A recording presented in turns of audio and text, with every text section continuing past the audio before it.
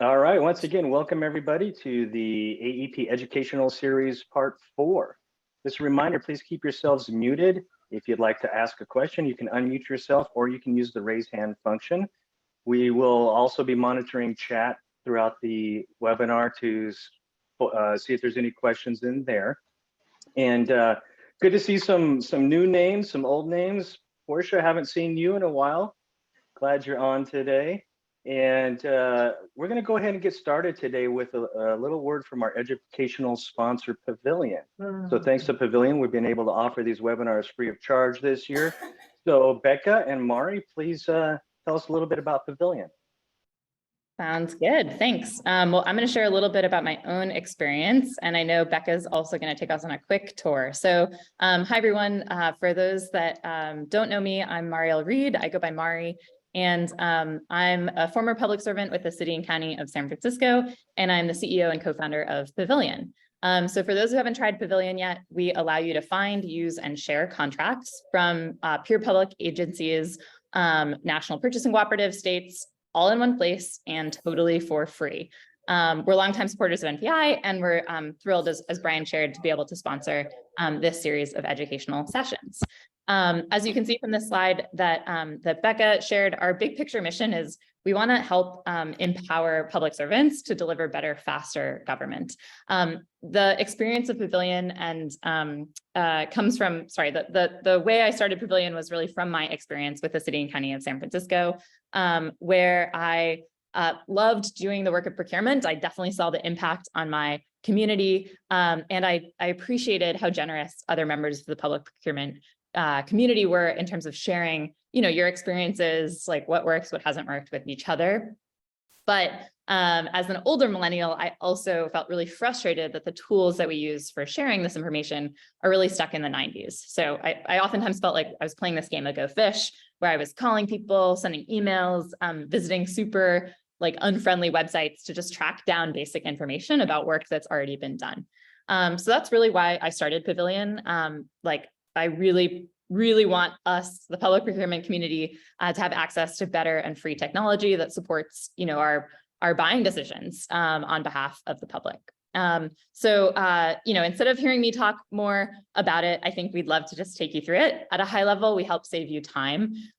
So the idea is that you search the widest possible set of contracts, more than 100,000 contracts from over 400 public entities and purchasing cooperatives. And we'll show you results that are really tailored to your entity's compliance needs and preferences, plus help you save time on due diligence by, you can check out documentation and relevant info as well. So again, instead of telling you, Becca's actually going to take you on a quick tour and show you. Yeah. So, hey, everyone, I'm Becca. I work on our partnerships at Pavilion. If you've been to some of these sessions, you've definitely heard from me already. So one more time. Today, I'm going to do my searches as an example coming from Orange County, Florida.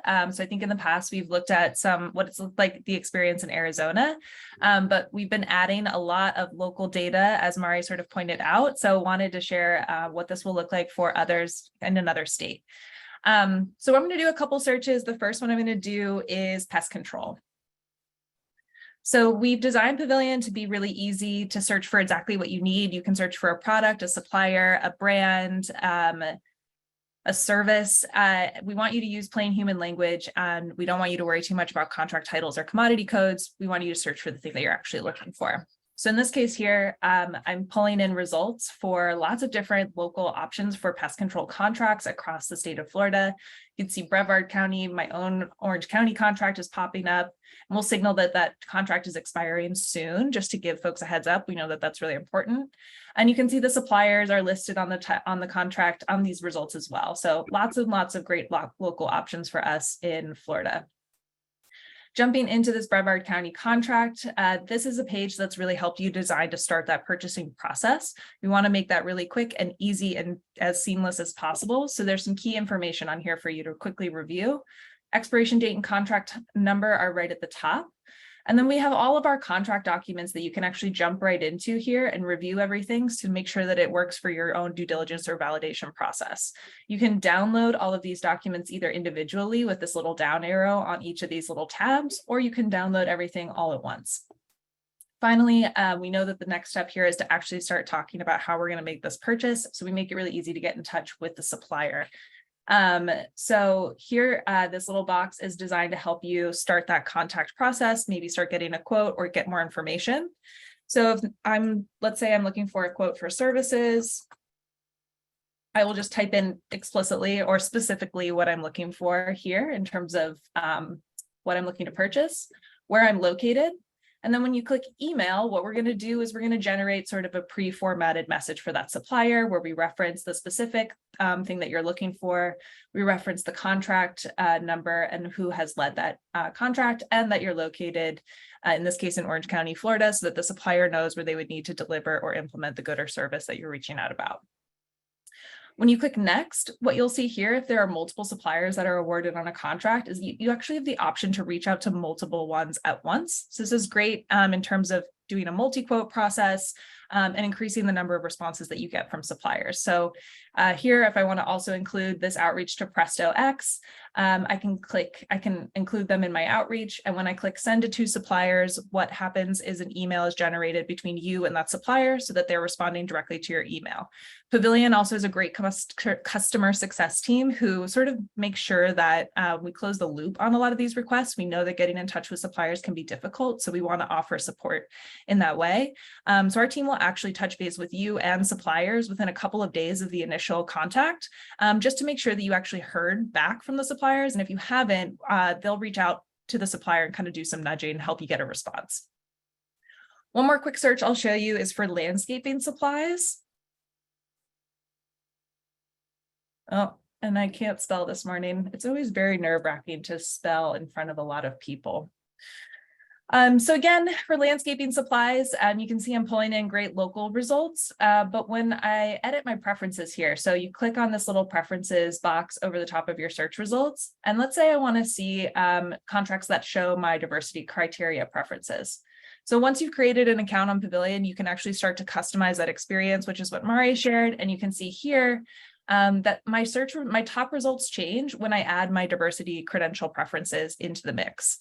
So I can see here that suppliers that meet that have been awarded right off the bat from this NCPA contract, and then I can jump into the contract and review all that information. And you can see here that those credentials that I've listed as my diversity credentials appear right here on the supplier sort of contact box.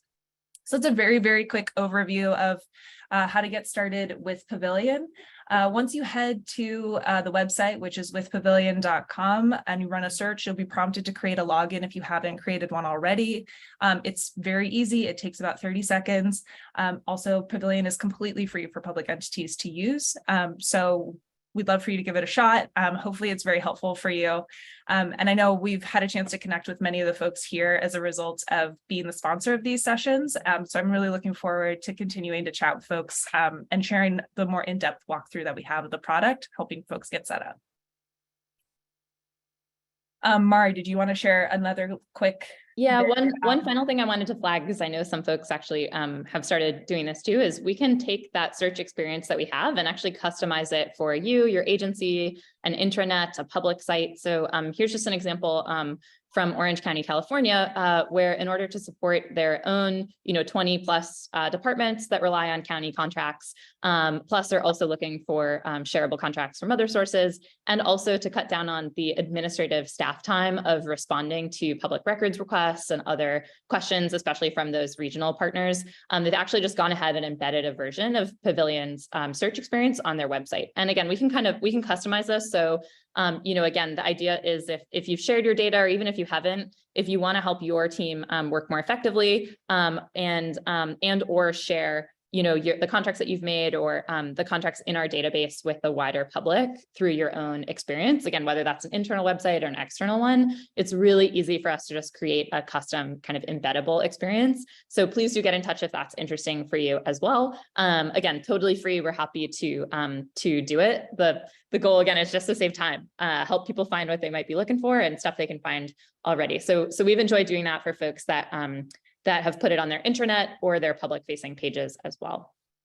So yeah, that's really it. I think this is just our contact info. Again, we're really honored to partner with MPI to support the AEP program and help recognize the leadership of procurement teams across the country. And As Becca shared before, please do reach out to me or to Becca if you have questions or want to schedule a personalized walkthrough for your team.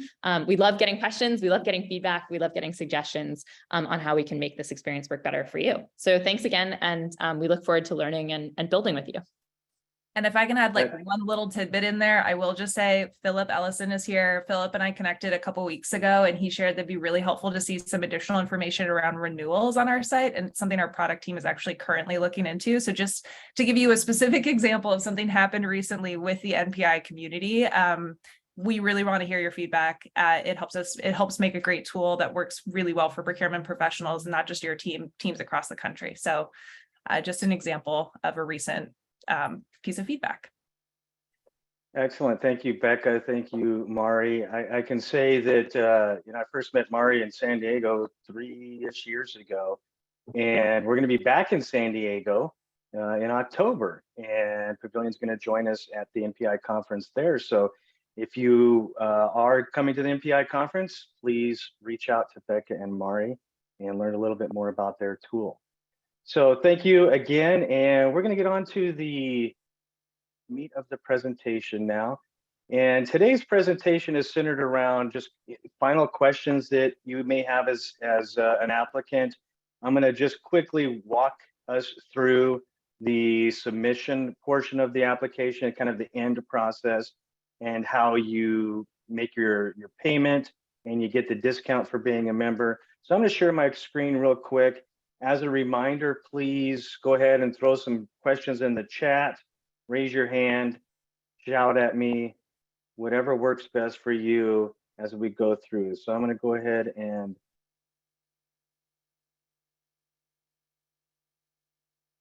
share my screen here. So now we're on NPI's website, and we're going to go over to, well, first real quick, if you're a member, go ahead and log in here. And once you do that, you're going to have access to model submittals, things like that. But I'm just going to show you the section of the AEP award. So we're going to go to applications and instructions. Here's the information, all the stuff that I pointed out on our first session. But again, I'm just going to do this real quick in case people are still new to the process or submitting your application for the first time. As a reminder, you get $200 off your application fee if you are an NPI member. Membership only costs $130, so you save $70 on your total by becoming a member. And again, you have access to the members only section, which has the AEP model submittals, discounts off our conference, things like that. So I'm going to go ahead and log in to the website here.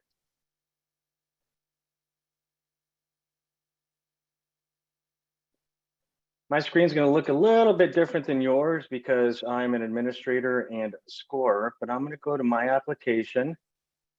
One thing I want to highlight, there are still applications in there that people did not fill out. No, sorry, not the name on trophy because that's required. The organization. So in order to have your organization name on the application, which allows us to see who you're submitting with, please make sure that you submit the organization name here, and that will populate on our side so we can see who you're with. I want to change that because I am not the general manager, I wish. Now, this is a little bit of what I did last time, took us through how to submit some questions. Again, real briefly, I'm going to do that one more time for anybody that wasn't with us on our first session. The colors up here, the green shows which criterion you're on. The red shows ones that you have said you're not going to submit on. And then if you are submitting on a particular question, it's going to turn blue. So for this example, I'm on criterion 3, establish a procurement staff professional development program. If I would like to submit a response, I need to click the yes radio button, browse for my file, select the file, and I don't have a number 3, so I'm just going to use a number 2. select that file, and then I can submit that. It'll upload to our system, and now it'll show that I have number 3 complete. I would like to say, just like I did right now, I've got the wrong file in here. If you accidentally attach the wrong file, we cannot award you points. So please, we see it every year. People attach the wrong files. They'll attach 8B to 8A or 9 to 8 or something like that. So please double check. I like to name my files exactly what the criterion is. So I know if I'm on 3, my file should say 3. In this case, it's not. So I'm going to delete that response so I don't submit the wrong item. And now you'll notice that back on 3 and I have nothing submitted. So you can change your responses if you need to update them or if you accidentally go to upload the wrong response. All right, and Christine, I can't see my chat when I'm sharing, so if anybody has a question, please let me know. I don't have any at this time. All right, so I'm going to go on to criterion 18, assuming that I have uploaded all of the other criteria that I want to. And as a reminder, you can pick and choose. You don't have to upload them in order. You can go back to different ones just by clicking on the number. Okay. And also you can upload them all at the same time. What I like to do and what I know some others do is they just work on their criteria, save it in a file on their computer. And then when you go to complete the application, it takes about 20 minutes to do. So you just upload everything one at a time and then make the payment and you're done. So I'm on the last criterion. This is 18, continued pursuit of excellence. And I'm going to go on. Now the application is going to tell me, well, these are ones that you haven't submitted for. And it's going to tell me how many points that I could possibly get. Obviously, I haven't added anything other than one upload. So my possible is 5 out of 200. Yours needs to be 100 or more. We recommend that you always submit for more than 100 points. 100 points is the passing score. We want to make sure that everybody that submits can achieve the award. So, but almost everybody has points taken off of their application. That's for some reason each year. So make sure that you submit for more than 100 so you can make sure that you receive the award. Now, with that said, we have had a couple of people submit for 100 and get all 100. So I'm going to go ahead and say that, yes, I'm fine with that. Going to give us a little bit of information. And now it's asking me to enter a code to make the payment successful. It says click here to make your payment for the AEP application. So I'm just going to click on that. Now that I'll just show you this window stays open. You're going to open up a new tab. Excuse me, that tab stays open. It's going to open up a new tab. And I'm going to switch so I can show you that tab real quick.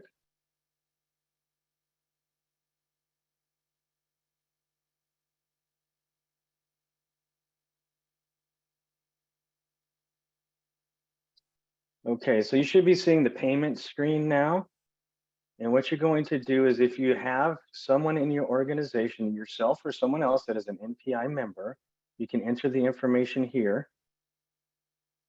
And then once you log in, it's going to give you the code that you go back to the previous tab to put in. If you're not a member, then you're going to enter your information here. And again, it'll take you to the payment screen. You'll make the payment. You're paying $200 more than you should be if you're a member. And it's going to give you the code, which you then copy and take back to your submit application screen.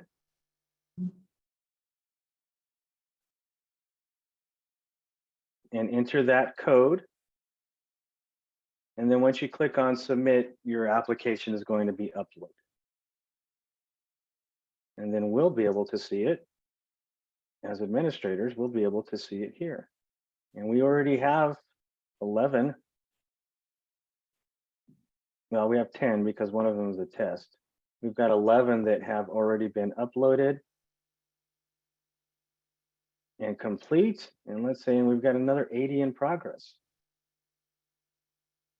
Now, if you see, if you can see on my screen, you won't see this on yours, but the applications that have a blank in this first column, that's where they did not put their organization name in, which I had showed on the when we first logged in. There's quite a few. So please, if you're on this list or if you're just submitting, please make sure that you enter your organization name. And I'll show you real quick again where that is. That's under the organization official. You have to put your organization name here in order for it to register in the system.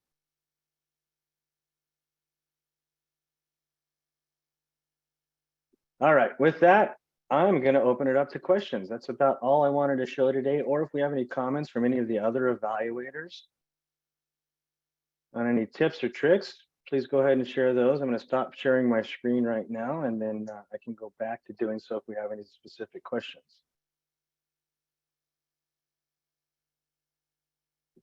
Brian, have you had a chance to show folks the how to look at previous applications?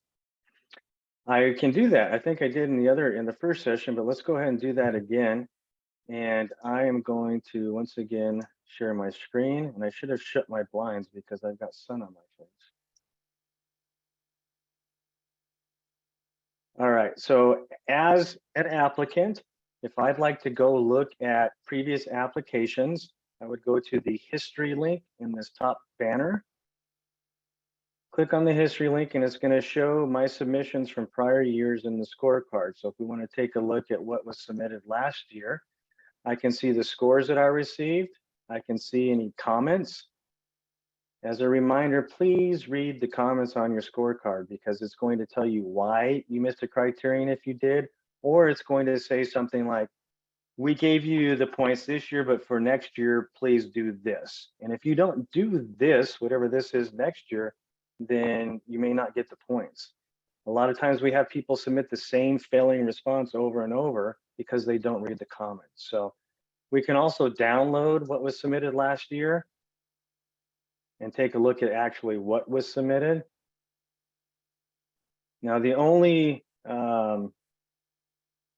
thing that I will say about downloading them, the only bad thing is right now the system will only let the original person who downloaded that information download it again. So meaning if someone else from my organization logged in to the AEP application, they could see the history, they could see the points, they could see the comments, but they would not be able to download the response if I was the one that originally downloaded. And hopefully we're going to change that soon so anybody can see it. But right now, only the original person can download a response that they originally uploaded. Hey, Brian, you've got a couple questions in the chat.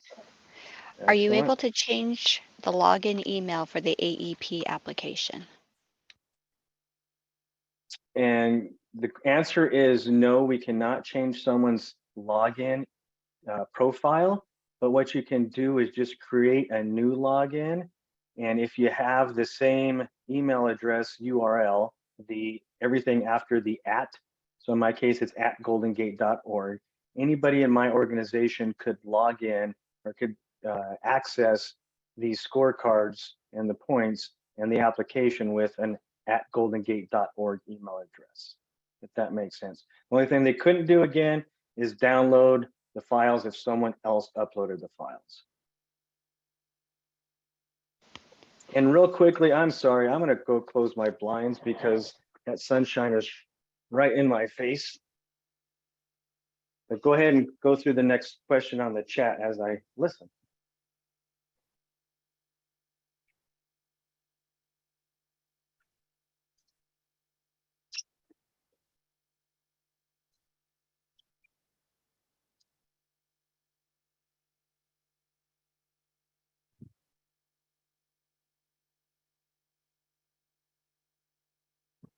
More questions in the chat? Oh, sorry. Yep. Sure. If I upload under my login, can someone from the same domain pay the fee and submit? I'm not a buyer or a member, just the admin doing the work. I believe so, yes. If they have the same email domain, they can access that application and upload it and submit it. Now, with that said, you can use someone else's credentials to get the discount. The person that is submitting doesn't have to be the one that's the member. Again, for example, if I have someone on my team that is uploading the information, they could, so when it says verify membership, they could put in my credentials and get the discount. Of course, I would have to give them my password, so you may not want to do that. But so either way, you can do that, or you can have someone else submit. But in order to get the discount, you have to have the member's information. Hope that answers that question. And Laura, I've got your question right here, but I'm going to jump real quick because this still pertains to the email addresses. With adding a new email address, we have one where the person you have on file no longer works there. Would that pertain to making the payment as well?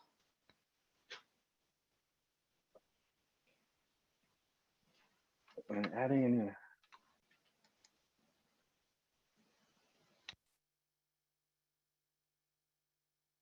I'm not sure I understand the question. Whoever answered that, could you explain that to help me understand? We need to update the person who can make the payment. Again, anybody with the domain can make the payment. You have to, if you're submitting for the member rate, you have to have the member's credentials. So their email address and their login or their password. You would need that if someone else in your organization is the NPI member. But anybody who can access the application can submit it and make the payment. I hope that answers the question. And as far as someone that no longer works there, we have that, but need to change that person to a current employee. Again, just create a new email with the current employee and have them log in. They can access your AEP application. I can, if you'd like me to remove that employee from your profile, or we can do that. Then they would no longer have access to your old AEP applications. We can do that as well. Okay, and then back to Laura's question, is it possible to get credit for number 18 if we can't show how it saved money? We implemented an electronic process to streamline our parts inventory and increase efficiency, but I'm not sure how to show a price savings. Short answer is yes. It doesn't have to be a calculated savings of money. So if it streamlined your process and it's saving you time somehow, it may save you steps. And so there's different ways to evaluate a process efficiency. So for example, if whatever you did took the process from 10 steps to 4 steps to show what it was before and what it was afterwards, and that's a gain in efficiency. Similarly, if it saves time, if a process used to take 7 days and now it takes 3 days, your documented savings is those 4 days. It doesn't have to correlate directly to a cost or to money.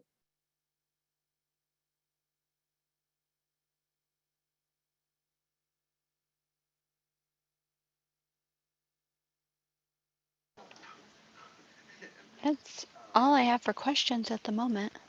I see Victor's digging Philip's bow tie.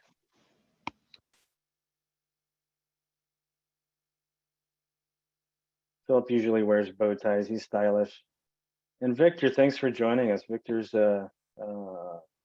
very heavily involved in other associations, and we see a lot of information that he shares with the procurement community. So nice to have you on today.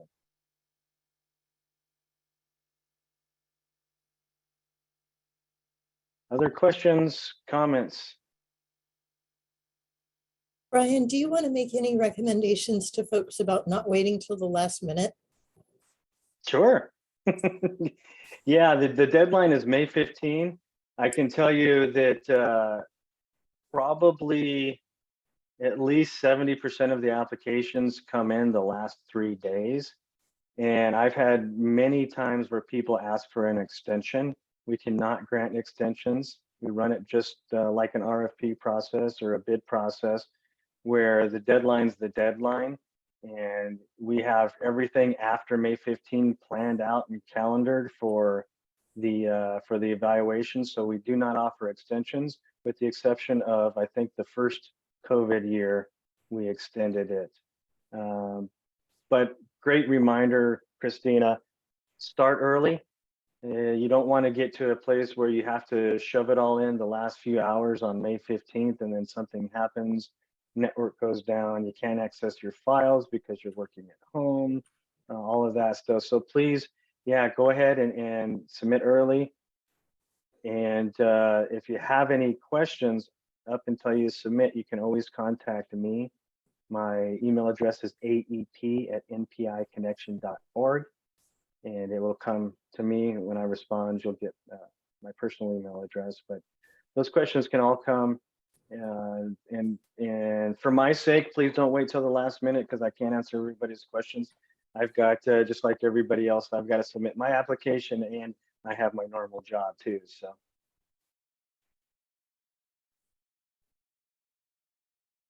Yeah, thanks for the shout out, Victor. Looks like Shelby says, how long does the evaluation process take? Also, how early can we start submitting for the next one? Great questions. So the evaluation process is complete at the end of June or beginning of July. And we start evaluating, honestly, shortly after the May 15 deadline. And it takes us that long to finish up.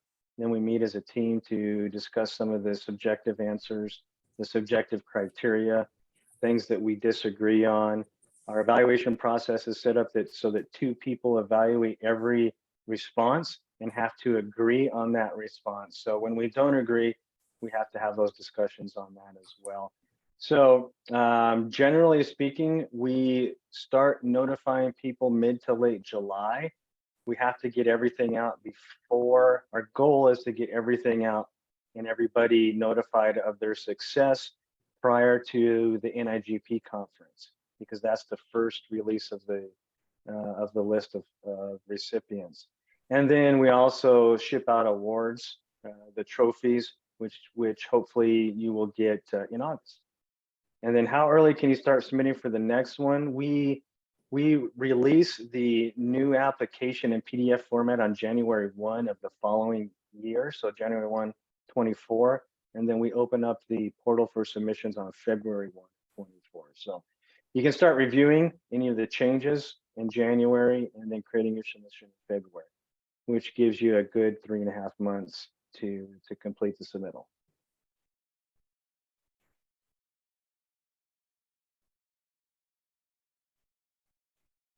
Other questions, comments?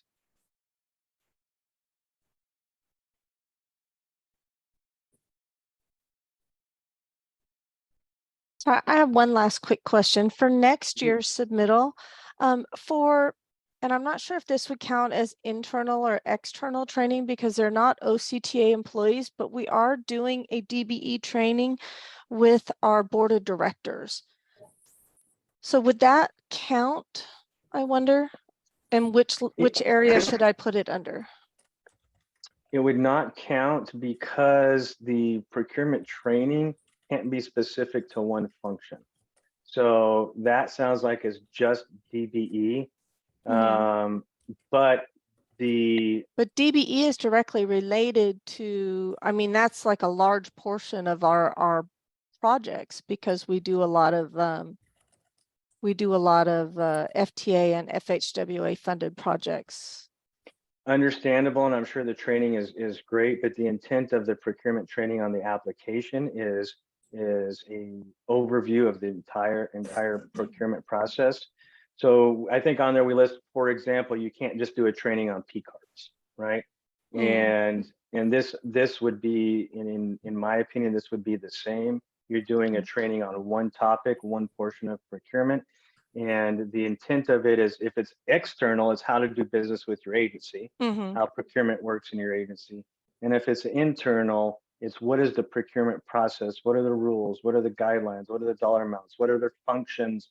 Or does procurement cover warehousing, DBE, P cards, things like that? So I think So if you did a, go Oh, ahead. I'm sorry. Oh, if we do multiple trainings in different areas and submit those, even though they're done individually at different times, but it's like we have one for how to complete the independent cost estimate. One of them is the DBE training. One of them is evaluation committee training. Does that, if we have multiple ones? Yes. Okay, Yes. good. If you have multiple individual trainings that cover different topics, yes, you can submit all of those, and that would for Okay, the internal perfect. training of that. Yep. Yeah, we Excellent. usually do a lot of them. I just didn't know if I should include the one for the board of directors or not next year. So, thank you. You're welcome. Brian, you've got 2 more questions. Oh, maybe 3. How many people are on the evaluation team? We have 20, about maybe 22 this year. So our evaluation team consists of 2 members from all the sponsoring organizations, 4 members from NPI. Sponsoring organizations are CAPO, FAPO, NIGP, TEXPA, NAEP, and then CPPC, the Canadian Public Procurement Council. And then new this year, GFOA has come on as a sponsor. We don't have representation on the evaluation committee this year for GFOA because we just signed them on as a sponsor approximately 2 months ago. But 2 members from all those associations, 4 members from NPI, and then we have a handful of at-large members. We have, I think, 5 or 6 at-large members this year. So we've got a decent-sized committee. It's a lot of work. You can imagine the amount of work that goes into creating an application. We review approximately 200 applications each year. So it does take a lot of time. We take it very seriously. We're very committed. The team is very committed to the entire process. So we make sure we take our time and evaluate those with great care. Thanks, Brian. You're welcome. Jerry has a question regarding criteria 18. They implemented a change that they did not get credit for, and the reason given was that it was not above and beyond. This became a standard since COVID. Not getting these points made the difference between not getting the award and getting the award. How can one determine what is considered the standard before submitting an improvement? Thanks for the question, Jerry. I don't know specifically what response you're referring to, so I can't answer specifically on this. But what I can say is there's 2 things that we consider for criterion 18. One is that is outside of any other criteria that are listed. So for example, if you instituted an online solicitation management system for your organization this year, great program, fantastic to do that, but you would receive the points under 7 and not also again under 18. Similarly, if you enacted a P card program. So those types of things are, we look for above or outside of the other criteria that are on the application. The second thing that the committee looks for is it something that's not normal? If it's something that's not in the normal procurement process. So if it's something that the team would normally do in a procurement world, then we would consider that not above and beyond. So I can't answer specifically in regards to what your submission was, but when you're thinking about it, think of what would a normal procurement team do, like negotiating, cost and terms. Well, that's a normal procurement function. So programs centered around that wouldn't be above and beyond. I know that was a little general, but And Brian, I would just further add to that on criteria 18 is making sure that you clearly demonstrate how it improved. And took that process to the next level. Perfect. Yeah, the only example I could think of related to COVID, and not that this was your submission, but if, for example, my team, we started stocking PPE in the warehouses that we hadn't before for our teams and our bus drivers and customers. Well, that's a great change related to COVID, but it would be considered something that we should do, in a normal procurement function. So it wouldn't be considered an above and beyond. And I see Christina put a reminder on there about the AEP Gala.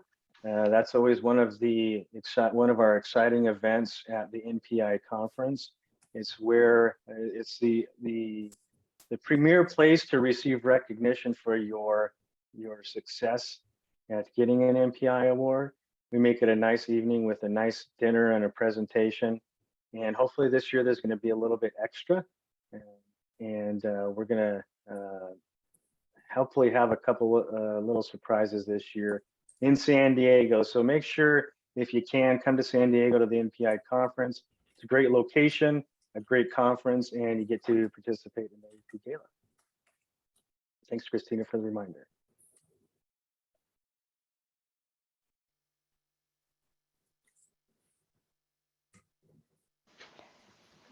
That looks like all we have at the moment, Brian. All right, well, with that, we'll go ahead and wrap it up. I'd like to thank everybody for participating today. Again, thanks to Pavilion for being our AEP educational sponsor. You can contact me with any questions by sending an email to aep@npiconnection.org. You can visit our website if you forget. That email is on there as well.